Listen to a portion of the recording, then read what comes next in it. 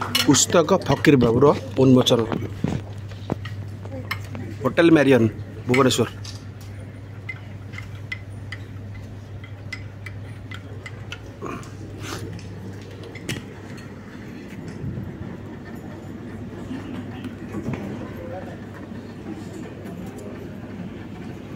समस्त अतिथि को बहुत बहुत धन्यवाद। एबे आगु को बढ़िबा मते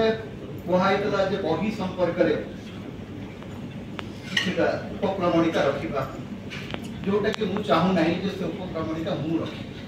कारण जेतबे अतिथि माने अछंती एवं अतिथि माने बही को पढिछथि केवल एति की कहबा को चाहिए जे फकीर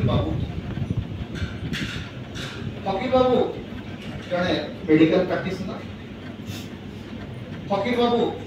जहाँ हेबा को चाहिए ताहा नहेकि आउ किछि हेथिबा एक चरित्र फकीर बाबू आम जीवन रे क्योंकि ना क्योंकि नारी भितर टिके पुरुष भितर टिके एवं आमर जन्म पीठरू पतंग समस्त भितर टिके टिके चरित्र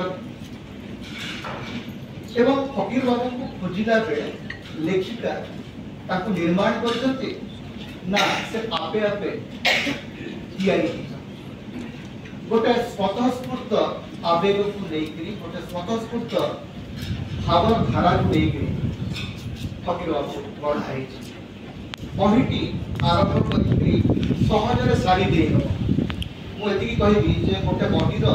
सार्थकता होची सेठी जोटी प्रथम वाक्य एवं शेष वाक्य भितर आपको कौटी विराम देवार अवसर मिले से मत लगे आज जो पूरा बहीटा पढ़ुली जे मु बही को पढ़ी पारुछि।